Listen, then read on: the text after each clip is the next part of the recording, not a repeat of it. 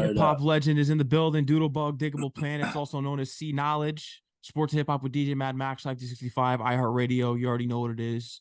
30 years later, and he's still cool like that.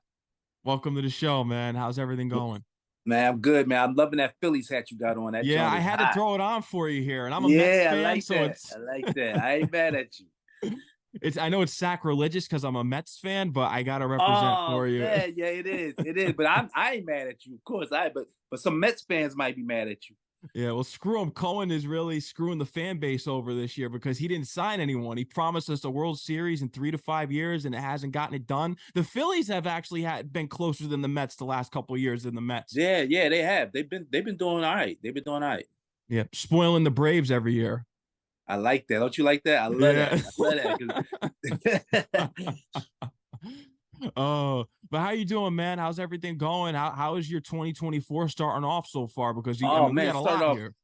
Yeah, it started off great, man. We started off touring with the this band called the Black Pumas. They asked us to open up for them for a couple of shows in Philly and in New York. We rocked with them at the Radio City Music Hall. That shit was sold out and it was crazy, man. It was crazy. And so we've been touring like for like the last 3 weeks. Just got home like a week ago. And yeah, so far so good, man. You know what I mean? Everybody's healthy, my family's healthy, everybody's good, so it's good, man. That's good to hear. And I'm glad that you're here. I'm glad that you're still going in the hip hop world and continuing on your legacy, Digable Planets, your own work. Speaking of tours, because there's so many things I learned about you in just the days of Digable Planets. Talk to me about this James Brown tour in South America, because I mean, touring with that legend. Oh man, there's got to be a story there.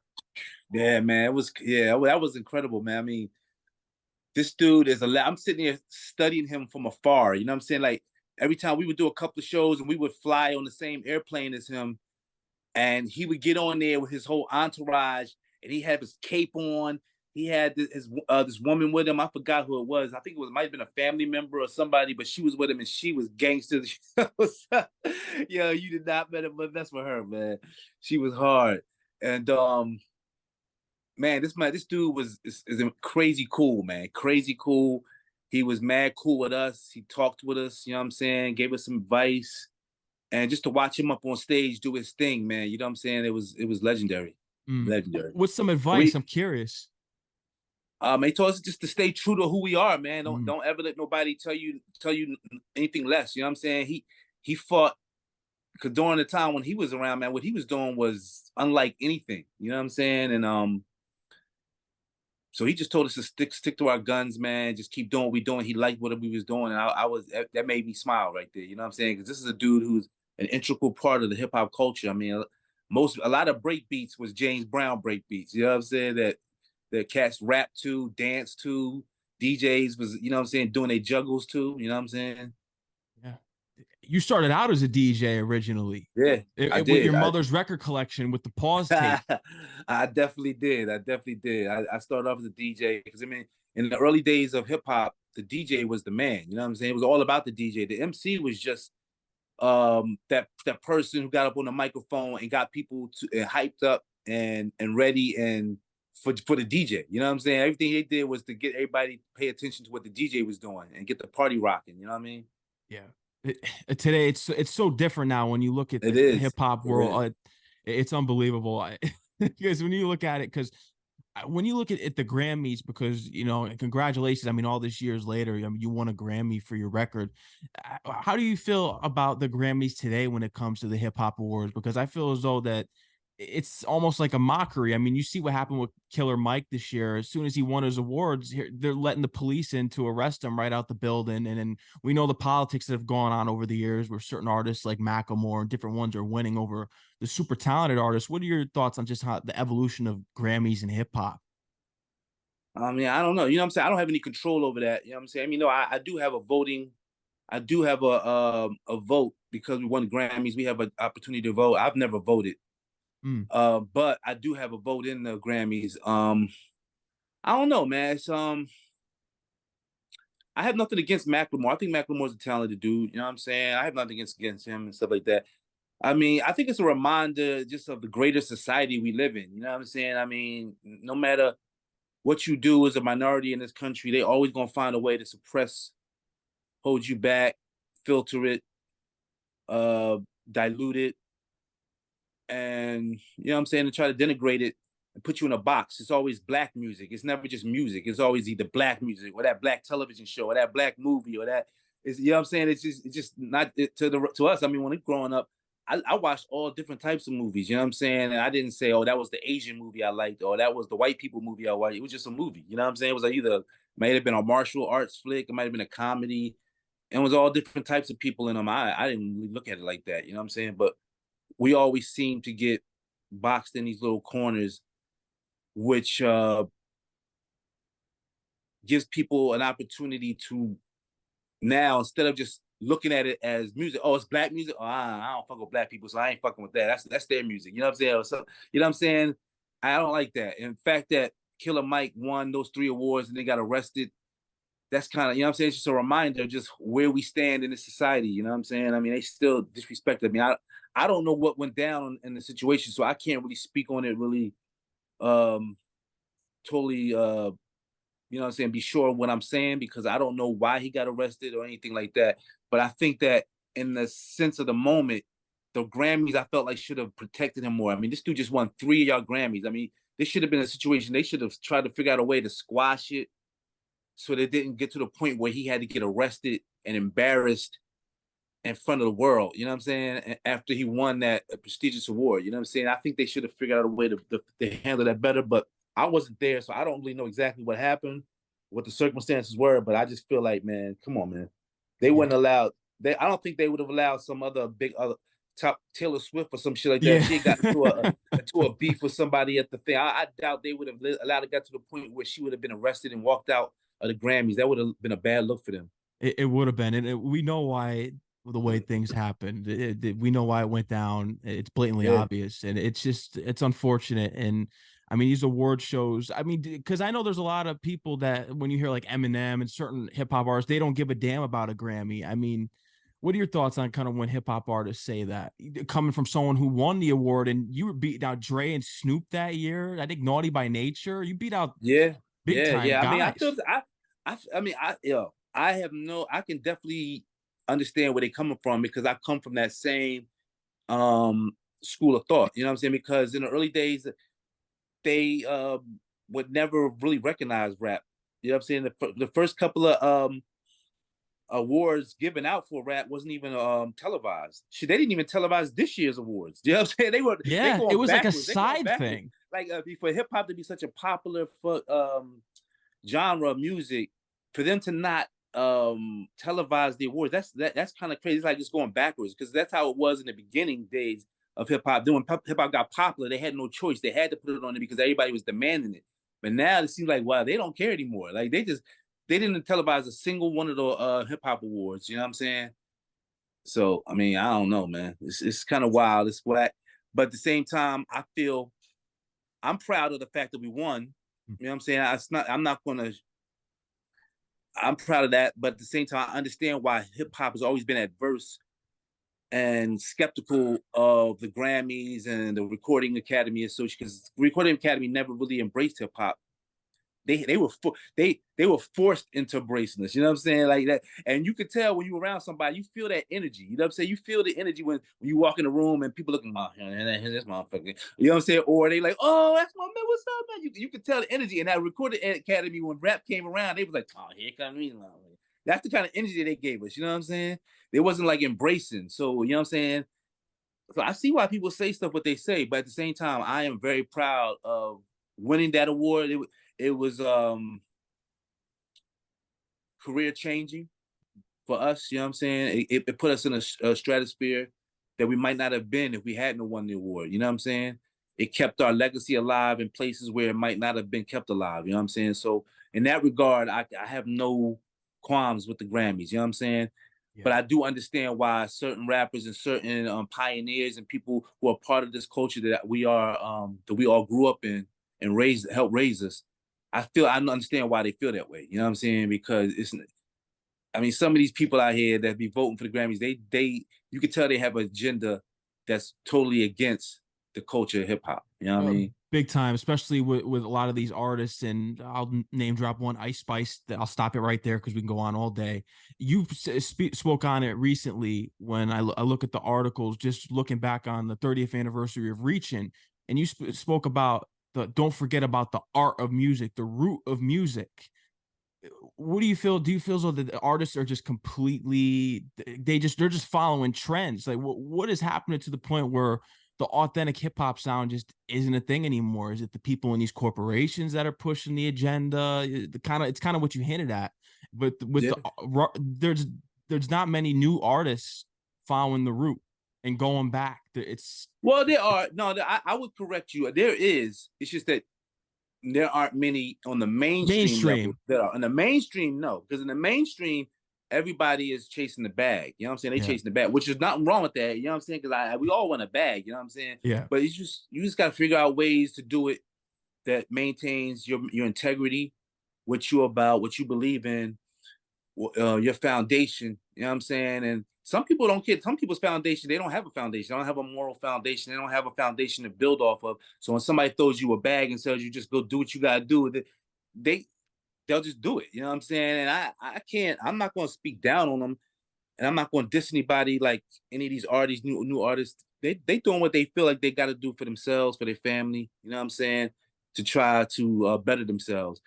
I don't like some of these images I see. You know what I'm saying, like, because my daughter, I have a 9-year-old daughter, and her girlfriends running around talking about Ice Spice and all these other people, blah blah blah blah blah, which is cool. It's cool, but at the same time, I don't want them to think that that's the only way that a woman has to express herself. I mean, that's one way, but there's also ways like Lauren Hill ways, you know what I'm saying? MC Light ways, you know what I'm saying? Remy Ma ways, you know what I'm saying? There's a whole lot of different ways you can do it, you know what I'm saying? You know what I'm saying? I'm not saying one way is wrong because I have nothing against Ice Spice, you know what I'm saying? Because sex and hip hop has always been a part of hip hop since the beginning, you know what I'm saying? I mean, every rapper wants to be around the women, the men, you know what I'm saying? We always want to be around the opposite sex, you know what I'm saying? You do things and you wear clothes and you rap and you say certain things to attract that, you know what I'm saying, the opposite sex. You know what I'm saying? So that's nothing wrong with that. Uncle Luke set it off for us. I mean, those rappers talking about partying, sex, gangsterism, everything that you can think of that's in our communities is being talked about by some rapper. You know what I'm saying? In our culture. So I don't have nothing against. I just hate when they focus on one style, and then that's the prevailing style that everybody hears. And then when you think of hip hop, all you think about is this certain style, like, you know what I'm saying? People killing everybody. I mean, but it's the truth. We do kill each other. Black on black crime is a problem. You know what I'm saying? And they do talk about it in rap music. I'm not gonna sit here and be Judge Judy on and Judge Mathis on and be judgmental of these cats, but I don't.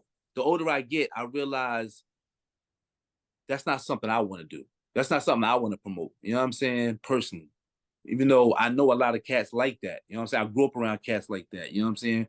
But at the same time, I also grew up around cats who was like that, but was smart about it. You know what I'm saying? And had a respect for women, children. Now I mean, they said it back then too. I mean, it's not like it's something new. This ain't nothing new. Talking about how they'll shoot you right in front of your mom and your kids, and like that's like, come on, man. I know it's supposed to be like shock and awe. You know what I'm saying? Trying to get people's attention when you rapping. You know, you trying. That's what it's about. You know what I'm saying? But there's a lot of kids out here that listen to this stuff that don't understand that. You know what I'm saying? But I mean, who am I, man? That's my personal opinion.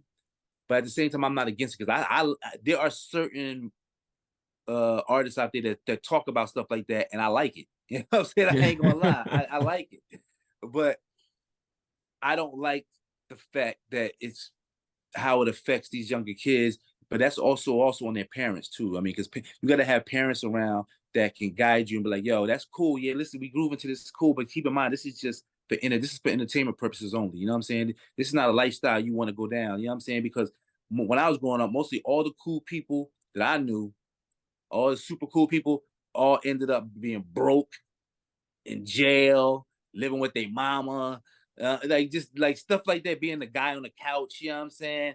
the nerd just running the world. You know what I'm saying? I'm not saying that you got to be a nerd or a cool. Not don't be a cool guy. You can be both. You know what I'm saying? You can be both. You can be a nerd and cool. You know what I'm saying? But you got to figure out what you want to do, and you be true to it and stick to it. Yeah. You know what I mean? You need to. And it's amazing to just read back. And when we look at Reach and 30 years later, and then you listen back to the tracks on the album and you say to yourself that you hear someone that's didn't find himself. Do you feel as though that you still haven't found yourself in a way? And do we ever find ourselves? I mean, I don't know. I think it's a lifetime mission. I think it's a lifelong journey Mm. of you figuring out. Because I mean, we're evolving. We evolve every time you open up a new book. You evolve and you learning new things. You know what I'm saying? Every time you have an opportunity to wake up the next day and keep this challenge of life, keep the life challenge going. I mean, you learning new things. You know what I'm saying? And you always learn new things. If you're not learning new things, then you're stagnant. You know what I'm saying? So I think we can always adjust and learn and evolve, and can't stay stuck in one way. You know what I'm saying? Because life is just too complex, and it's a big world out there for a whole bunch, all different types of cultures, languages, types of music, philosophies. You know what I'm saying? So you got to go out there and learn it. You know what I'm saying? 196 million so-called square mileage of this earth. You know what I'm saying? It's a lot of places. You know, it's a lot of things to see, a lot of people to meet. You know what I'm saying? So I encourage everybody to go out there and see the world and learn new things. You know what I mean? I think somewhere where you learned a lot is California, Philadelphian. You loved going there when you were younger and touring, but Amsterdam was somewhere that you loved to go as well. Yeah, look, of course. So Amsterdam, back in the early days, that was like my Hajj. That was like my weed Hajj. You know what I'm saying? That was like the mecca for all weed smokers. You know what I'm saying? I mean, nowadays it's not so much because now weed is it's so much easily the access to getting good weed is a lot more accessible than it was back in the day. You know, especially where I was coming from Philadelphia. It was hard to get that good weed. You had to go to the white boys out in the suburbs, you know what I'm saying, to get that good weed. And they taxed you crazy for that joy. You know what I'm saying? Now you can get that. It's way more accessible now. Dispensaries, and it's just a lot more accessible. You know what I'm Yeah. saying? And I live in California now, so it's real accessible now. So I'm good. You know what I'm saying? So Amsterdam is still a great place. It's still a great city. It's more to do there than just weed. You know what I'm saying? Museums. It's a beautiful architecture. You know what I'm saying? The red light district. It's a lot of shit to see out there. You know what I'm saying? But definitely back in the day, Amsterdam was one of those places I was like, oh, I cannot wait to get there because I heard so many crazy stories as a weed head, like, that's the spot. Da-da-da. To me, back in the days, Amsterdam and Humboldt County was like two spots, like, I gotta get there. And I've been to both places many times now, you know what I'm saying, since then. And they both still great places to go, but it doesn't hold the same feeling in my heart as it did back in the day. Because back now that I've been there and now that the weed is way more accessible, it's not the same. But I still love those cities nonetheless, though. uh, You know what I'm saying? yeah, it's crazy. Just the history here because you wanted to play basketball originally, and your mom was kind of the one that was really pushing you and getting you all these lessons and stuff like that. But what is even more interesting because it ties in with the comic book you released, you were writing stories and just drawing when you were a young kid in these composition books your mother would bring home. She still has them to this day. Have you thought about going back and revisiting some of those old ideas and I have. turning? Yeah, Yeah. I already have. I've been looking at some of them. I haven't gotten all of them out of the storage unit that she has yet, but I have, and I was lucky enough to have a mother who was an educator. She was a teacher, public school teacher, so she made sure that you know what I'm saying that education was important to me and my sister, and she always brought home books. She encouraged us to read books. Some of the books were kind of boring, so then I got into comic books, and comic books weren't boring; they were fun, but it helped expand my vocabulary because they had a lot of big words in there, scientific, crazy, like scientific terms. Some of them were fictional, some of them weren't. You know what I'm saying? But some of them was a lot of scientific theory, but it was still it opens you up. Like, damn, what's this word mean? You know what I'm saying? You go to dictionary, you try to find out. You know what I'm saying? And it helps expand my vocabulary reading a lot of these comic books. You know what I'm saying? And I grew to learn to had this affinity for comic books after that. And I just loved them. You know what I'm saying? I love the fantasy of them, being able to escape. It was like an escapism for me. You know what I'm saying? And I would write my comic books. And then as I got older, started getting more into girls and playing basketball and stuff like that. And I did want to be I wasn't good enough to be a pro basketball player. Not as good as like my partner Ishmael Butterfly. He was way better than me.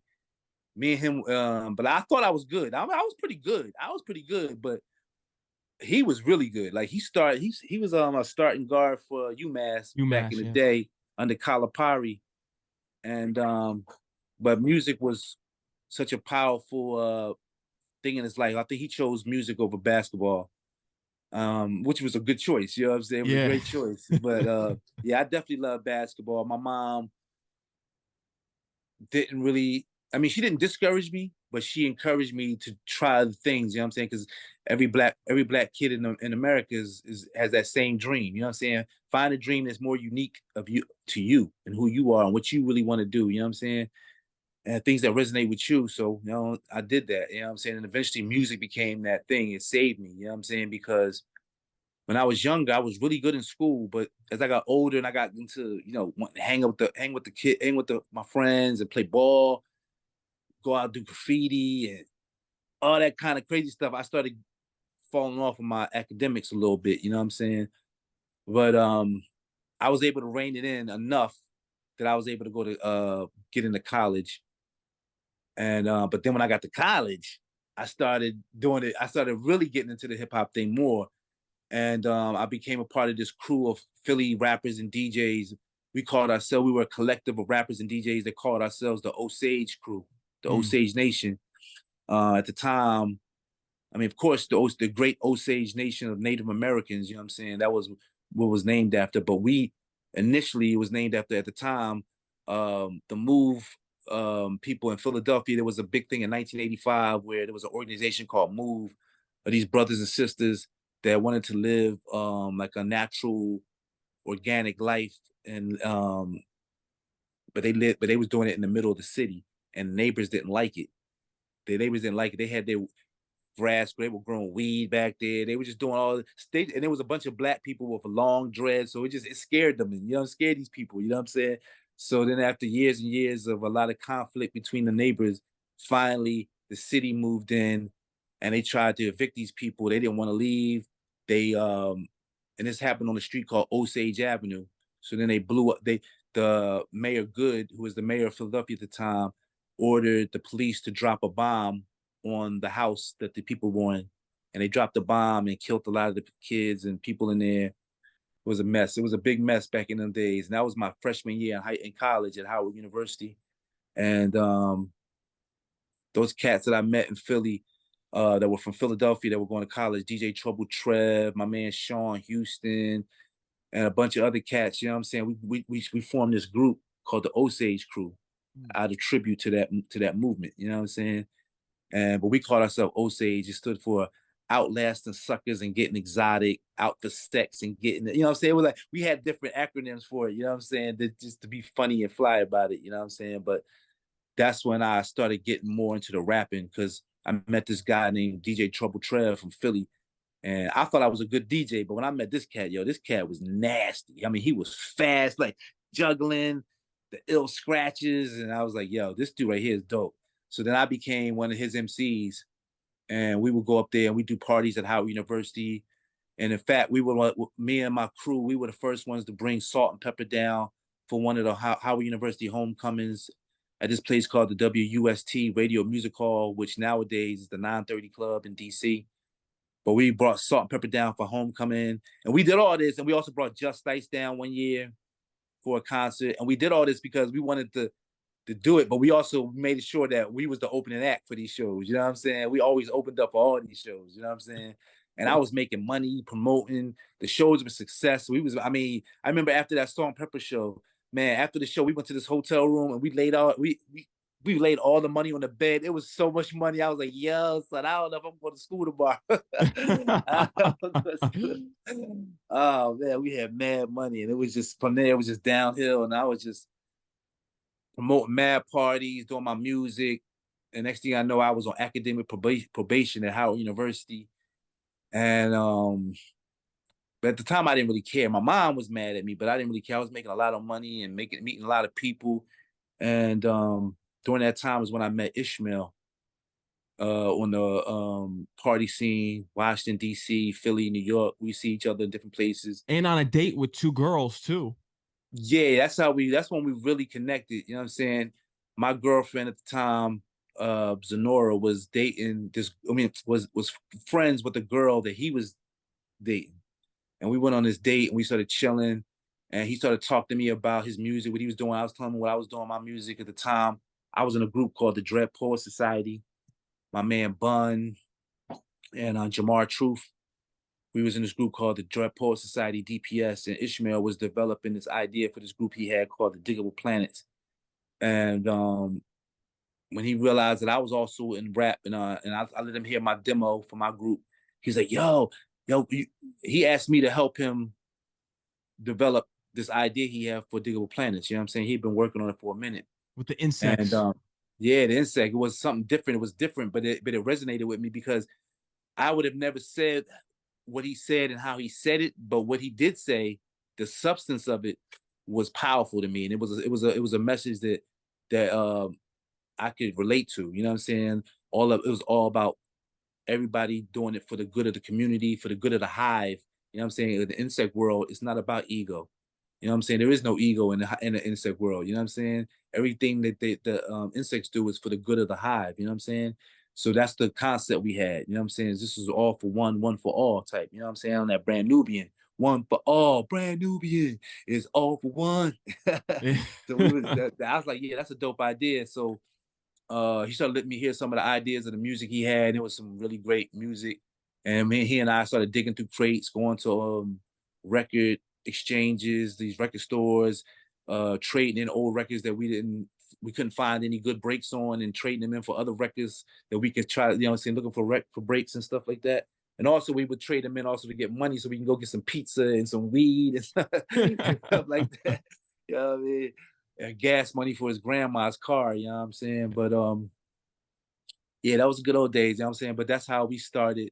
And at the time I was really good friends with my with Marianne Vieira, also known as Ladybug Mecca. She was living in right outside of DC and out in the suburbs of Maryland. And I met her at a couple of different hip hop functions in DC. She's a dancer. And, yeah, she was dancing and stuff like that, and a part of these crews and stuff. And I met her during that time, and we got real cool. Her crew and my crew got cool. We would hang out sometimes, and then her and I eventually started dating a little bit, and that's around the time I met Ishmael, and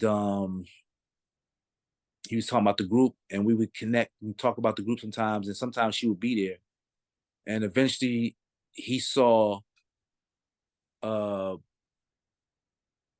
what could be if all three of us did this together. You know what I'm saying? He liked the concept of the three of us, two guys and a girl. He said that he thought that would be dope and different. And so he asked us to be a part of what he was doing, and we did. And he was an intern at this classic record label back in the day called Sleeping Bag Records, Just Ice, Mantronics, a lot of different club dance music was on Sleeping Bag Records. He was an intern there, and through his internship, he was able to meet a lot of different A&Rs at different labels and people that worked at different labels, and so he utilized that and to his advantage. And he would take our demo and he would drop it off whenever he had to go make runs for his label, Sleeping Bag, to other labels. He would drop off the demo to a particular A&R.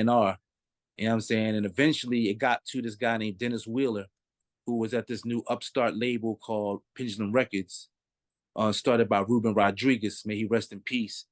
Um, Dennis Wheeler also rest in peace. He's not with us either, but he heard our demo and he really, really loved it. He loved it. He called Ishmael in and told him he was interested. He wanted to meet the whole group. Ishmael called me down in Philly. I was in Philly at the time. He called me. I was like, yo, man, get Mecca, man. Y'all gotta get on the New Jersey Transit, jump and ride up to New York. You know what I'm saying? We gotta meet with this label called Pendulum. I was like, word, Pendulum? I never heard of them, but I was like, yo, that's what's up. We went up to New York, had this meeting, sat in this office with Ruben Rodriguez, Dennis Wheeler, a bunch of other cats was in the office. Maybe one or two other people was in the office, and then we performed for them live in the office. And they interviewed us, talked to us, and they liked us. And a couple of weeks later, they offered us a deal, and that was it. That was it. Yeah. It And changed our you ended life. up going gold too. Yeah, that was a blessing, man. We went gold. The single went gold, and the album went gold. Yeah, I mean, just truly a big time debut from you guys, and you guys were signed to this deal with Pendulum. When we look at it, it was a multiple album deal, and then eventually they just moved on from you. Yeah, well, the label, they didn't do it willingly. I mean, the label kind of fell apart just after eventually it just Fizzled out.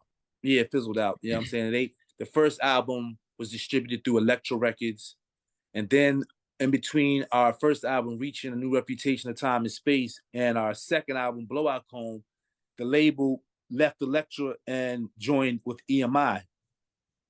And our second album was distributed through EMI Records. And then after that, I don't know. I don't know the details or between what happened between Pendulum and EMI, but something happened and they lost favor and lost the distribution deal. I think I'm not sure exactly what happened, but it definitely fizzled out. And around the same time, the group started uh, fizzling out too. You know what I'm saying? There was a lot of tension between the three of us, personal shit. You know what I'm saying? That Yeah, just bubbled up. And being 20-year-olds, 20-something-year-olds at the time, we didn't deal with it maturely or the right way. You know what I'm saying? We dealt with it like 20-year-olds would. You know what I'm saying? I mean, not saying all 20-year-olds is like that, but you know what I'm saying? But we were. You know what I'm saying? That's just who we was at the time. We just dealt with it the way we did, and we decided to just part ways. And so we all went our separate ways. And I went back to Philadelphia, tried to figure out what I was going to do next. And then eventually my man, Michael Hughes, may he rest in peace. He was a bass player for this go-go band called Rare Essence in Washington, D.C. He also played the bass on Vaughn Mason's hit song Rock, Bounce, Rock, Roll, Skate. He had a studio in DC, and he asked me to come down and help him out, developing artists in the studio, things like that. So I went down there and started developing artists in his studio, Renegade Studios in Washington, D.C. And while I was doing that, eventually he would let me stay there. You know what I'm saying? Like he would let me like after hours, I would just be there all night. You know what I'm saying? He would go, he would leave, and I'd be there all night. After the artist, I would engineer a session, and the artist would leave, and I would stay there. And I utilized that time to develop this new idea I had called the Cosmic Funk Orchestra (CFO), and that was the beginning parts of when I started doing my.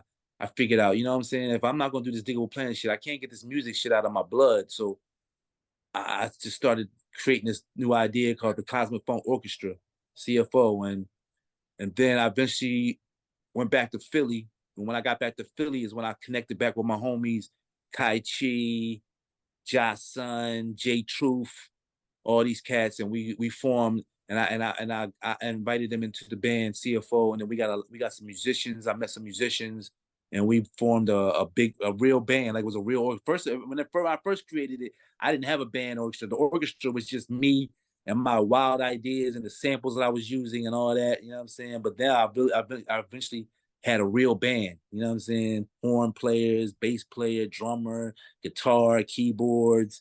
You know what I'm saying? It was dope. You know what I'm saying? We even had background singers. And my man Brandon Rossi helped facilitate that. He was he was just a lover of good music, and he grew mad weed. He was like he supplied a lot of mad motherfuckers back in them days. You know what I'm saying? He grew a lot. He helped start a lot of weed farms. You know what I'm saying, around the country, and he became my manager at the time, and he was really engrossed in this hippie jam band kind of scene. And so he had us touring all these little hippie jam bands and these Grateful Dead cover bands and uh reggae bands like Toots and the Mitals and a bunch of other groups. But it was mad fun. You know what I'm saying? It was always mad good weed around. People always, it was always mad fun. And the people resonate and the people loved what we was doing. You know what I'm saying? We had a great following and we toured for a year or two doing that. We had our own tour bus and everything. We thought we was as large as a bug back in the day. Nobody knew who the fuck we was, but we had our own little audience, you know what I'm saying, that was following us around. It was mad fun, you know what I'm saying? We put out some mixtapes and we put out one full-length album called Return of the Cosmic Funk years ago. And then eventually the Digable Planets got back together again, like 2000, I think it was 2006. We got back together. Yeah, I did want to talk about that. How did that get, how did you guys reunite? We man, over the years, it was always interest. People calling up me all the time, like, yo, what's up with your group, man? Y'all think y'all back together, get to do this reunion show at this blah blah blah blah. And I was like, man, I don't know, man. I can only speak for myself. You know what I'm saying? I can't speak for everybody else, but I'd be down, but I can't speak for nobody else. So I don't know. I don't know. And I'm not really that in contact with them. We weren't really very much in contact with each other. And I'm sure they were getting the same offers from people too. I'm sure they were, you know what I'm saying? And eventually over the years that, that just kept happening. And somehow, I don't remember exactly, I can't remember exactly how we did, but somehow one of us reached out to the other and expressed interest in doing, you know what I'm saying? Like, let's do something. And so at the time, Ladybug and her husband at the time had a studio in Manhattan, and they invited us to come up to New York. So me and Ishmael flew in to New York, met up with them. We sat in that studio and hashed out our issues as well as we could. And it got to the point where we were like, yo, yeah, all right, let's do this. And so I had some contacts in Europe with some promoters and stuff, and I made some phone calls, and we had a month-long tour set up in Europe, all these little clubs and bars and cafes and lounges all throughout Europe. And we didn't know what to expect. But when we got there, like every single show, like there was lines like wrapped around the corner, like it was crazy. And we were like, wow. And the crowds was just like foaming at the mouth. They just couldn't, they wanted more.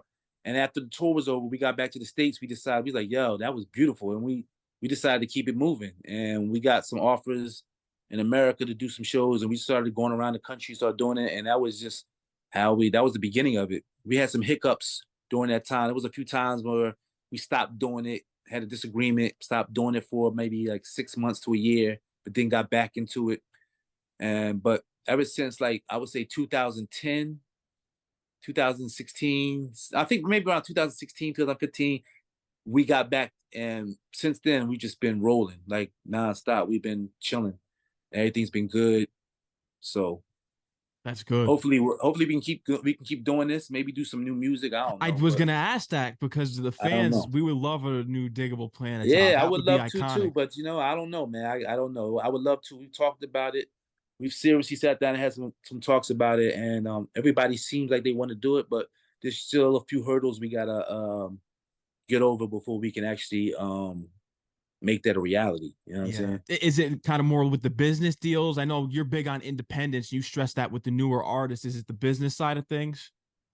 Not really, because we've been getting a lot of offers. I mean, a lot of we've gotten some offers that other people look at us and be like, yo, I don't know what the hell y'all doing, but I don't know why y'all not taking this offer right. You know what I'm saying? It's more personal and a vibe. You know what I'm saying? I Mm. mean, we got to get that vibe. You don't want to go in there and force nothing just for the sake of making new music. Because then if it sucks, then everybody's going to crush you. You know what I'm saying? So whether people like it or not, I would rather, and all of us, I think, would rather go in the studio with a feeling of positivity and knowing that the vibrations is on a high frequency, so that regardless of whatever we do, we feel good about it. As long as we feel good about it, that's all that matters. If nobody else likes it, I don't, it's whatever. But long, we got to feel good about it. And I think we just got to get in that right place to do that. You know what I'm saying? And we still working on that. But luckily, we're in a good enough place where we're still doing shows. The fans are coming out, they loving it, and it's a beautiful thing seeing like 10-year-olds all the way up to like 70-year-olds at our shows. You know what I'm saying? Like whole families be coming out talking about, yo, I was listening to you back in high school, and I let my kids hear it. Now they loving it. And I'm like, yo, I mean, wow, man. It almost brings tears to your eyes. Like, damn, man, because you go all through your life as an artist wanting shit like that. That's what you want. You know what I'm saying? That's what you do all this for. You know what I'm saying? And to hear people say that it's a beautiful thing, man. Yeah, oh, you Beautiful. got big time records. I know everyone's just cool like that. I mean, Nickelback and Funk, when you look at it, Ninth Wonder to me is one of the most important records that you guys released, and that is something that was interesting with me going back and looking at the critic reviews, because you had so much creative freedom with the second album, and then bringing in an orchestra. You had a lot going with the second album, and they kind of said, like, with the criticism, I think the only criticism was that people viewed it as more dark, and I think we know where that's going from the white critics. But was there like a downside of things? Did you notice like that criticism when the Yeah, second yeah, album I dropped? noticed. I Yeah, mean, the label. I mean, initially the label was discouraged because they wanted another cool like cool that like hit, that, and you guys they didn't want that. something they Yeah. could market and sell. You know what I'm saying? But at the same time, they gave us the freedom to do what we wanted to do, and we had a good manager, Brenda Dash, at the time, that fought for us and allowed us to do what we wanted to do. They might not have liked it, but it was what we wanted at the time. That at that in that moment in time, that's who we were. That's where our heads were. Blowout Cone was where our heads was. You know what I'm saying? And it had to come out. If it didn't come out, I don't know. And the funny thing about it is though it's not the most commercially successful album between the two, it's the most critically acclaimed album between the two. I agree, because it's not as mainstream, but if you're a real hip hop Yeah, guy who yeah, appreciates the message and roots, that's the one. yeah. Yeah, Everywhere I go around the world, people tell me that they Blowout Comb is their joint. I'm like, wow, that's crazy. yeah. I wish the sales would have reflected that, but yo, that's pretty cool too. I ain't mad at you. And I think a lot of groups face that. I mean, when you look at, I mean, Black Sheep, because with nonfiction, they couldn't get back into the mainstream. People didn't like it. They didn't have another choice as yours. I mean, Third Base, once they went into Pop Goes the Weasel, they couldn't get back to Gas Face. It's just, Yeah, yeah, yeah. once you have that mainstream appeal, it's pretty much you're setting yourself up for failure, as it's sad to say. In a way, In a way, it's like there's always where there's a will, there's a way. There's always a way to get around it, but as long as you got true fans, like a true loyal fan the base. Yeah, underground has always held you down. The underground will always hold you down if you genuine, you real. You know what I'm saying? They will hold you down. yeah. And the underground has held us down for over the years. You know what I'm saying? That's a fact. I mean, that's the main thing with hip hop, is that I think we need more legacy acts to release new, because then it gets the people back thinking and just be like, well, like a new kids can discover like De La Soul when they drop their new album. It gets the young kids introduced Yeah. to it if they haven't heard the classic records yet.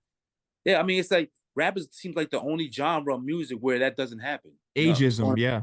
it's the you know what I'm saying. They don't talk about ageism in rock music. No, I mean they might, but it's not. It don't seem that way from an outsider looking in. You know what I'm saying? I mean, it looks like they give mad respect to all the people that came before them. Whereas in rap music, oh, you too old. What you're you too doing out there old. rapping? Ah, da, da, da, da, like, come on, man. Come on, man. In my opinion, these OGs out here is out rapping the young boys nowadays. I To me, agree. honestly, be honest with you. I agree. Busta Rhymes, he still Come on, got man. it. Busta Rhymes is come on, man. There's no young boy out there that can has the performance that he has, the energy that he has, the hits that he had. Like, I mean, come on, man. I can't think of a single new artist out there that could compete with Busta Rhymes on a live stage show. No, I can't think of one. Maybe I'm missing somebody, but he's one of the best, man. He's one of the best, man. yeah. LL Cool J, the GOAT, you know what I'm saying? Public Enemy, Run DMC. I mean, come on, man. This is Big Daddy Kane. This is too many to name, man. Ice Cube, you know what I'm saying? G Rap. For real, man. This is a bevy of just crazy, dope, old school artists that are still holding down, maintaining. And there's some young boys out there doing their thing too. I ain't mad. They are. You just have to dig. You know what I'm saying? If you're basing everything on the mainstream, then you got a skewed uh view of what the hip hop landscape is about. You know what I'm saying? You Yeah, got to dig beneath the surface to find that, you know what I'm saying, that real shit. You know, and it is out there, like it is. Coast Contra's out there Razzcast's representing son. crazy.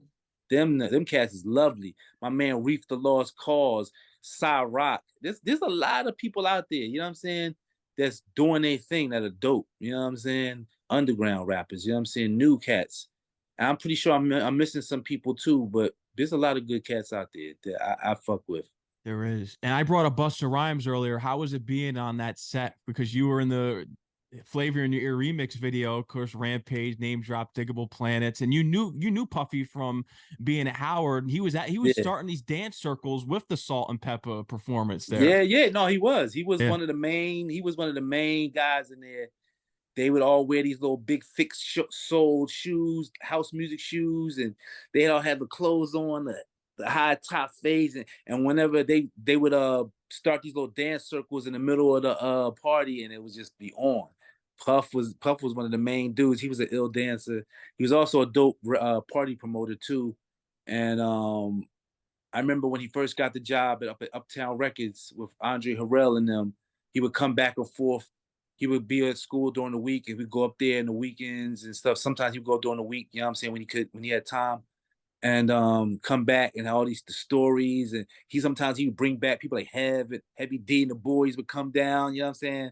It was mad cool, you know what I'm saying? It was mad cool. It was mad cool to see all that. I never knew that all those cats I went to school with would turn out to be such incredible music executives, you know what I'm saying? Harv Pierre, uh, Mark Pitts, like all these guys, you know what I'm saying? They all Derek Angeletti, all these guys, they all became incredible hip hop producers and record label executives.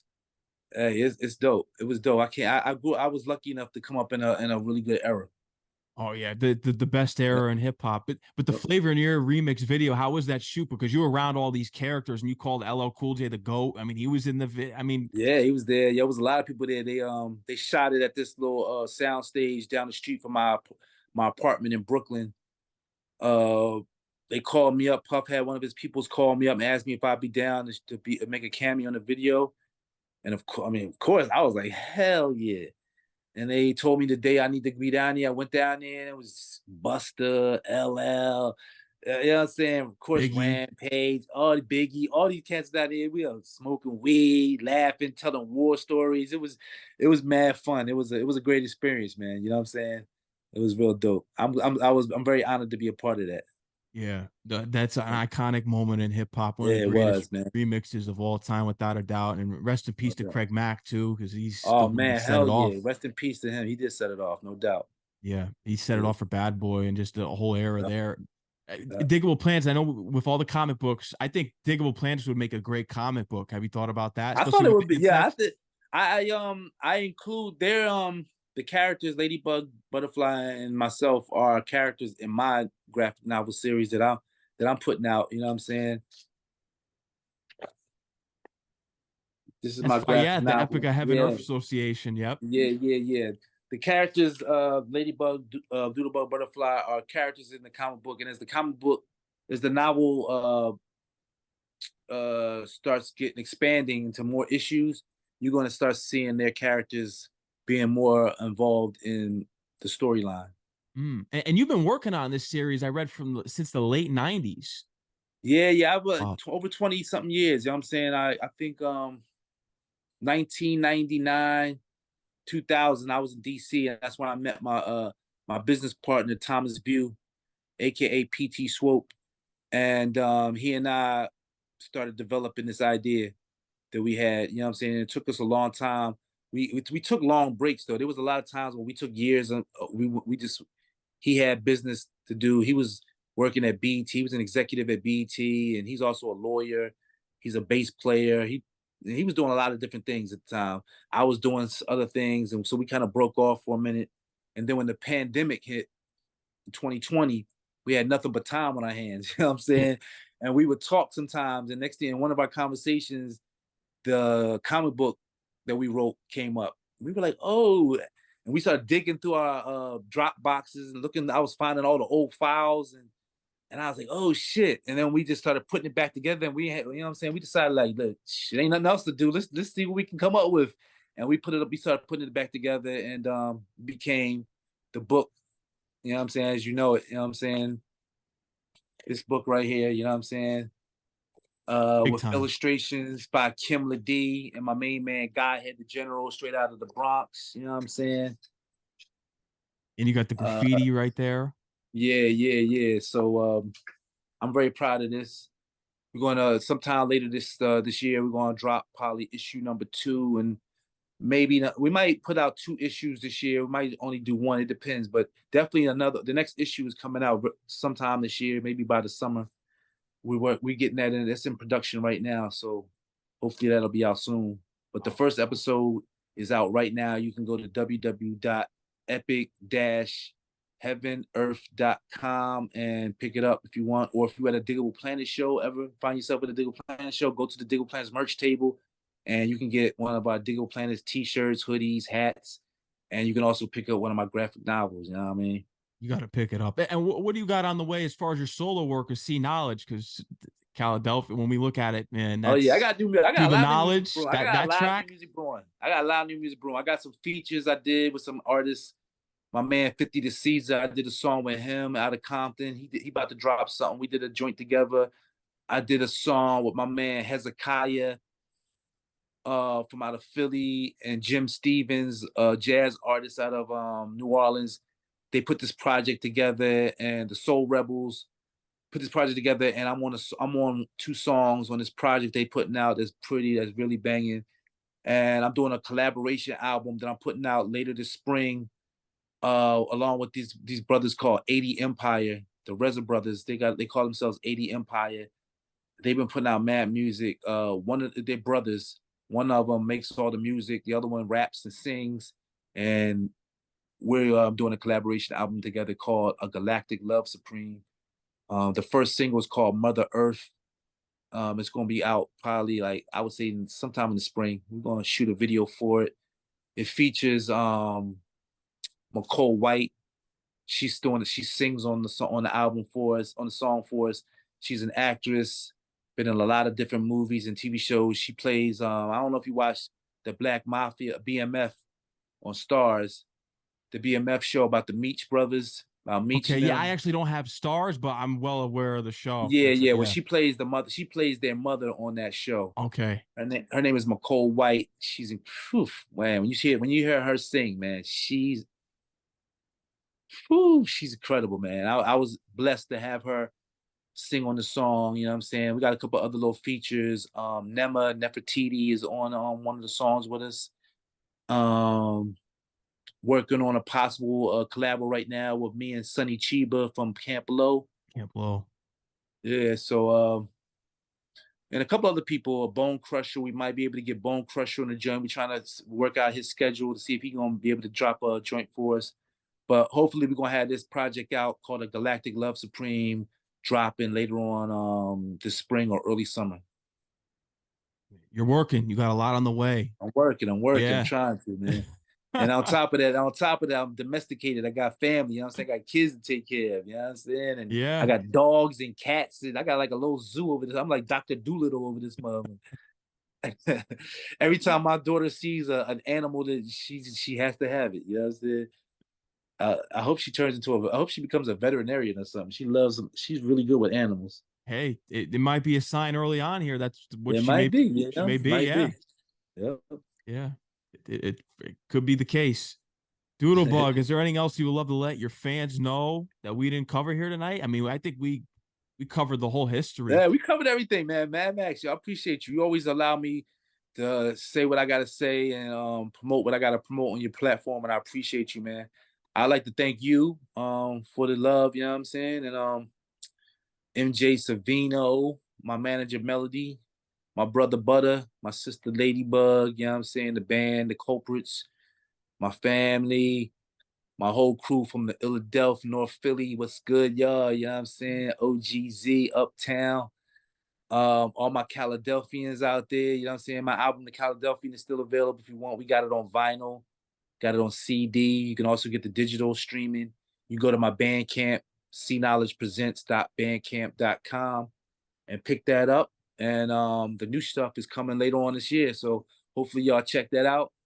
And if you hear about a Digable Planet show in your area, please go check it out. Please come check us out. Come say what's up and party with us. Have a little Hennessy. You know what I'm saying? And let's have a party.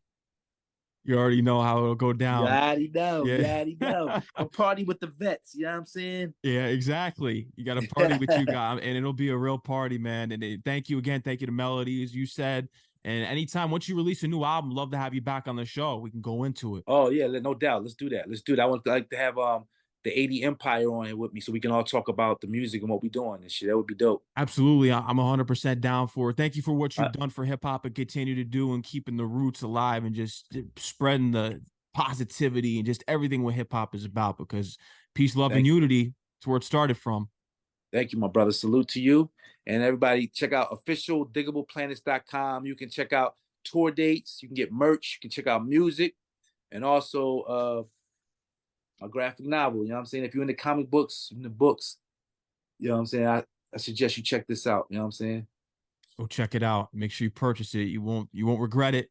Doodlebug, thank you for coming on the show again. And then they can follow you on Instagram at official Doodlebug and on Twitter at Cee Knowledge.